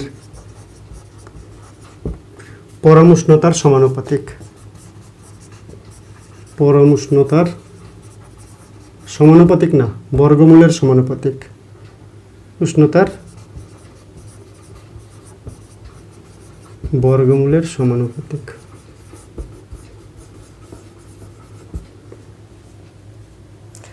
এবার আমরা কি করব? গ্যাসের অণুগুলির মোট শক্তি নির্ণয় করব। গ্যাসের মোট শক্তি নির্ণয়। গ্যাসের গতীয় তত্ত্ব অনুযায়ী গ্যাসের অণুগুলির মধ্যে আন্তরাণবিক আকর্ষণ বল নেই। গ্যাসের অণুগুলির মধ্যে আন্তরাণবিক আকর্ষণ বল নেই, সেজন্য স্থিতিশক্তি শূন্য।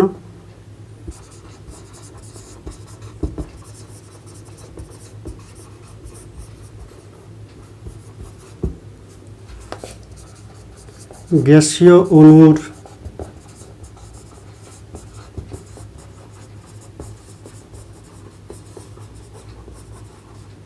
স্থিতিশক্তি সমান শূন্য এবং সমস্ত শক্তি গতিশক্তি। গ্যাসীয় অণুর সমস্ত শক্তি কি? গতিশক্তি। তো সমস্ত শক্তি যদি গতিশক্তি হয়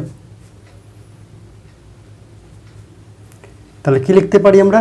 অতএব total energy is equal to half m1c1 square. Half m1 কেন হবে? একটা নির্দিষ্ট গ্যাস, একটা নির্দিষ্ট গ্যাসের সমস্ত অণুগুলির ভর একই হয়, তাই half mc1 square, half mc2 square plus dot dot dot half mcn square.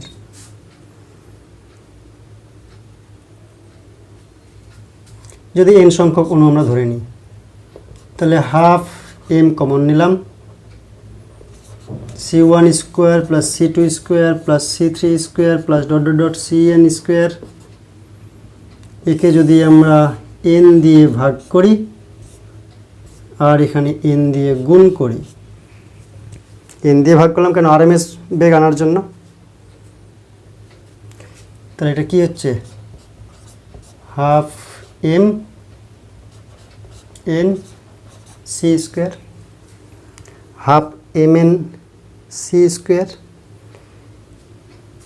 এবার সি স্কোয়ারের মান হচ্ছে √3RT/m, এটাকে লিখতে পারি হাফ এন সংখ্যক 1 মোলের অণু সংখ্যা ক্যাপিটাল এন। তাহলে ক্যাপিটাল এন সংখ্যক অণু রয়েছে, প্রত্যেকটা অণুর ভর m, তাহলে m n মানে হচ্ছে molar mass capital M, mc square. তাই যদি হয় তাহলে হাফ m, c এর মান কি পেয়েছি আমরা, √3RT/m, তাহলে কিন্তু c এর মান লিখতে পারি √3RT/m। c এর মান √, তো স্কোয়ার করলে রুট থাকবে না, তাহলে 3RT/m, m এ কাটলো, তাহলে হচ্ছে 3/2RT। 3/2RT হচ্ছে মোট গতিশক্তি। মোট গতিশক্তি হচ্ছে 3/2RT 1 মোল গ্যাসের জন্য। এবার গতিশক্তি আর চাপের মধ্যে সম্পর্ক, গ্যাসের গতিশক্তি ও চাপের মধ্যে সম্পর্ক।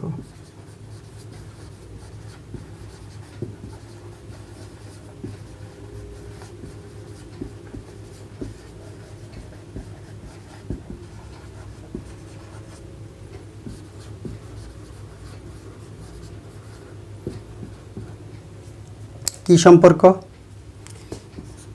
E = 3/2RT 1 মোল গ্যাসের জন্য। আবার আমরা জানি PV = RT, তাহলে RT এর জায়গায় PV বসাবো, E = 3/2PV, তাহলে P = 2/3 × E/V, এখান থেকে তাই পাচ্ছি তো। এবার V যদি 1 হয়, V = 1 হলে মানে ইউনিট ভলিউম হলে P = 2/3 × E, অর্থাৎ গ্যাসের চাপের সংজ্ঞা এখান থেকে দেওয়া যায়। গ্যাসের চাপ একক আয়তনের গ্যাসের অণুগুলির গতিশক্তির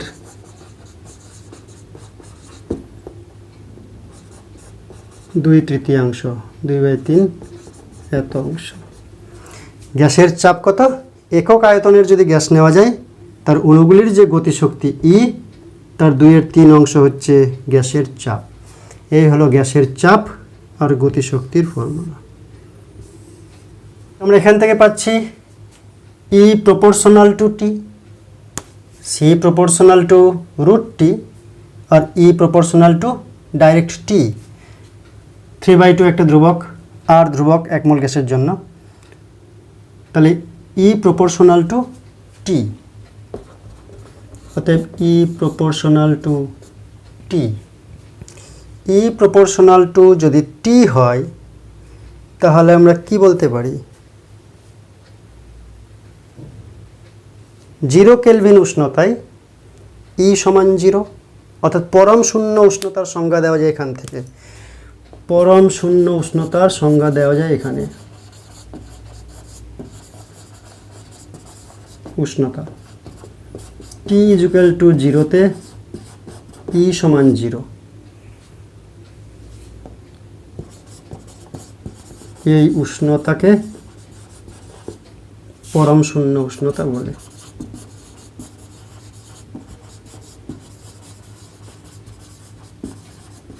অর্থাৎ T = 0-তে E = 0, E = 0 মানে কি, গতিশক্তি 0। গতিশক্তি যদি 0 হয়ে যায় তার মানে গ্যাসীয় অণুগুলি গতিহীন হয়ে যায়, গ্যাসীয় অণুগুলি আর গতিশীল থাকে না, মানে গ্যাসীয় ধর্ম থাকে না। গতিশীলতা ছাড়া গ্যাসের অণু থাকতে পারে না। তাই ই ইজুকাল টু জিরো মানে গতিশক্তি জিরো, টি ইজুকাল টু জিরোতে কে বললো ই ইজুকাল টু 3/2 RT। টি যদি জিরো হয় তাহলে ই জিরো হয়ে যাচ্ছে, ই জিরো মানে গতিশক্তি জিরো, মানে গতিবেগ থাকে না, অর্থাৎ গ্যাসীয় অণুগুলি স্থির হয়ে যায়। বাস্তবে এই উষ্ণতায় আসার অনেক আগেই গ্যাসীয় পদার্থ তরলে পরিণত হয়, তাই এখানে পৌঁছানোর কোনো চান্সই নেই। সর্বনিম্ন উষ্ণতা পৃথিবীর টি ইজুকাল টু 0 কেলভিন, যেটা সেন্টিগ্রেডে -273.16 ডিগ্রি সেন্টিগ্রেড। অ্যাভোগাড্রোর প্রকল্প কি বলছে?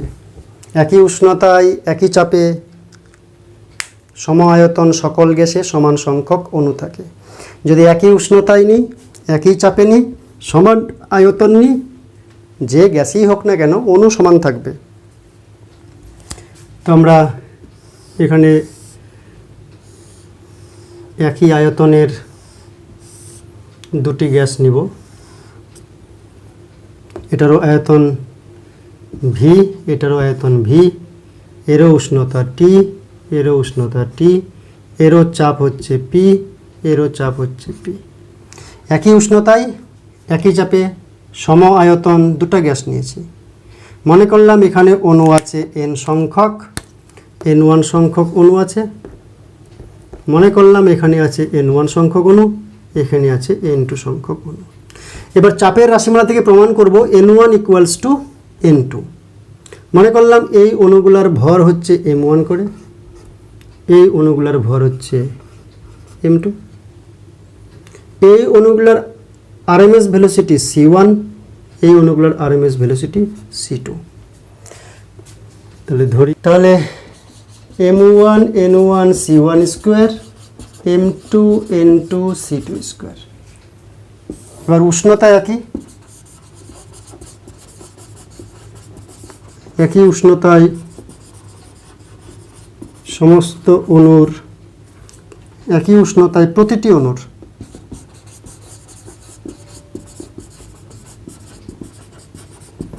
গড় গতিশক্তি সমান। অতএব half m1 c1 square, half m2 c2 square. একই উষ্ণতায় প্রতিটি অণুর গতিশক্তি সমান half m1 c1 square, half m2 c2 square. এখান থেকে m1 c1 square, m2 c2 square সমান, ওই মানটা যদি এখানে বসাই তাহলে হাফ হাফ কাটলো, m1 c1 square, m2 c2 square. তাহলে m1 c1 square n1, m1 c1 square n2, এদিক থেকে কেটে গেল, বা n1 = n2। একই উষ্ণতায় প্রতিটি অণুর গতিশক্তি সমান হয়, তাই n1 = n2 প্রমাণিত হলো। মানে একই উষ্ণতায় একই চাপে সম আয়তন সকল গ্যাসে সমান সংখ্যক অণু থাকে। আদর্শ গ্যাসের সমীকরণ PV = RT বাস্তব গ্যাসগুলি মেনে চলে না। বয়েলের সূত্র, চার্লসের সূত্র সমস্ত বাস্তব গ্যাস মেনে চলে না। তবে উচ্চ উষ্ণতায় নিম্ন চাপে খানিকটা আদর্শ গ্যাসের ন্যায় আচরণ করে বাস্তব গ্যাসগুলি। যখন উষ্ণতা অনেক বেশি হবে, চাপ অনেক কম হবে, মানে নিম্ন চাপে উচ্চ উষ্ণতায়। কিন্তু বাস্তব গ্যাসগুলি কেন গ্যাসের আদর্শ সমীকরণ মেনে চলে না? তার প্রধান কারণ হলো গ্যাসের গতীয় তত্ত্বে যে স্বীকার্যগুলি আমরা ধরে নিয়েছি, সেখানে দুটি স্বীকার্য ত্রুটিপূর্ণ বাস্তব গ্যাসের জন্য। কোন দুটি স্বীকার্য? একটা গ্যাসের আয়তন সংক্রান্ত এবং একটা গ্যাসের চাপ সংক্রান্ত। একটা হচ্ছে গ্যাসের আয়তন সংক্রান্ত ত্রুটি,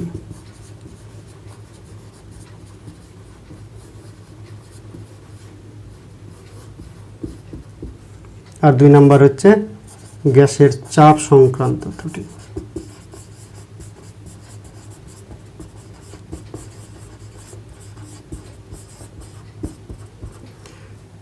গ্যাসের গতিতত্ত্বে কী ধরা হয়েছিল?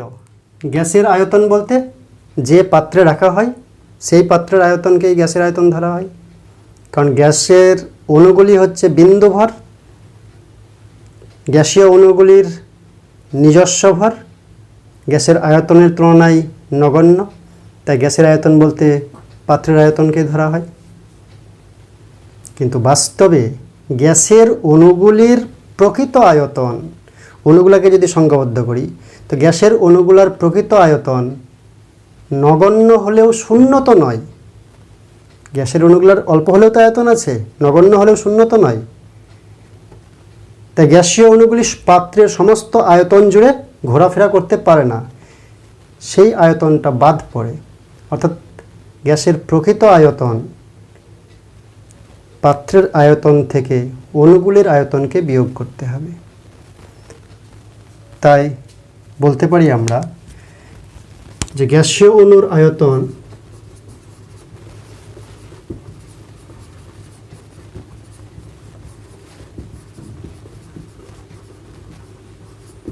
নগণ্য হলেও শূন্য তো নয়।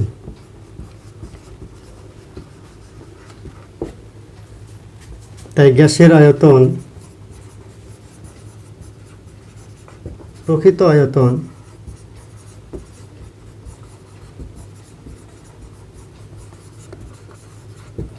পাত্রের আয়তনের তুলনায়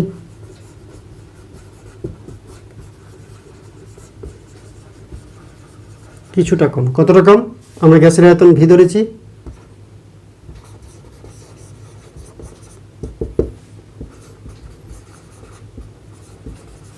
প্রকৃত আয়তন কত হবে?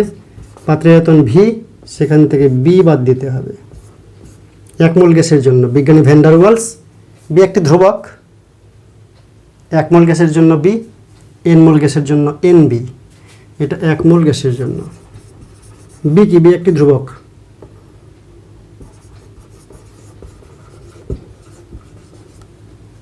আর গ্যাসের চাপ সংক্রান্ত ত্রুটি,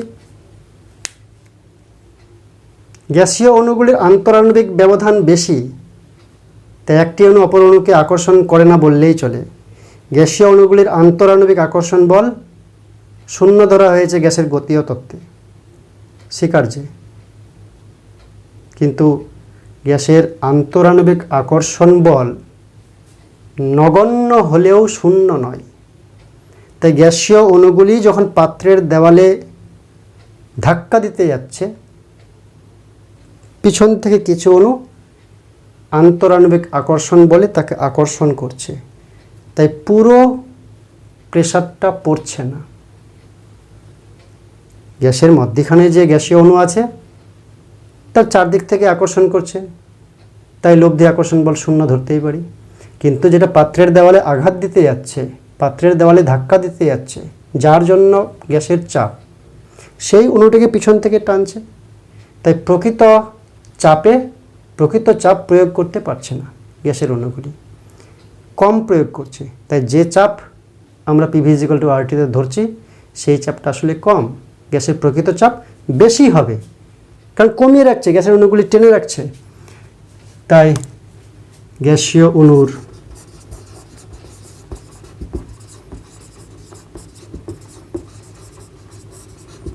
আন্তরাণবিক বল, আন্তরাণবিক আকর্ষণ বল নগণ্য হলেও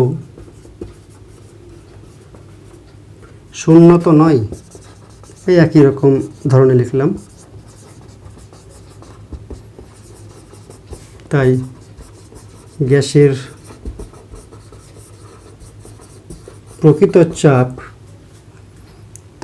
প্রকৃত চাপ অপেক্ষাকৃত বেশি হবে।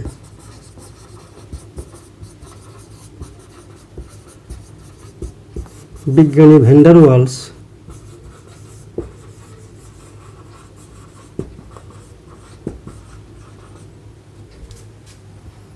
প্রমাণ করেন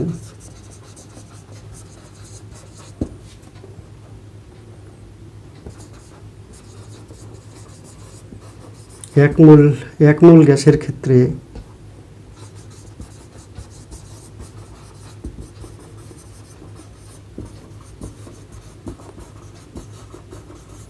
হ্রাসপ্রাপ্ত চাপ পি ড্যাশ সমান এ বাই ভি স্কোয়ার। অতএব প্রকৃত চাপ সমান P plus A by V square. A এবং বি দুটি হচ্ছে ধ্রুবক, এবং এক্ষেত্রে পিভি ইজিক্যাল টু আরটি। অতএব 1 মোল গ্যাসের জন্য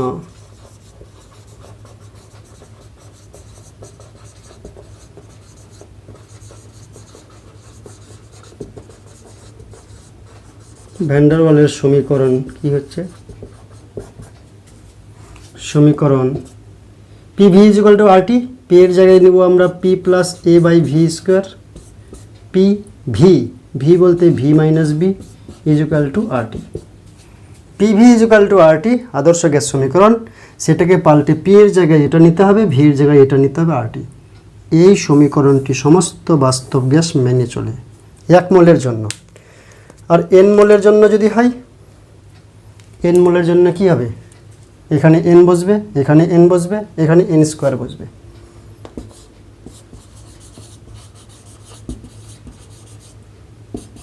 P plus N square A by V square into V minus N B equal to N R T.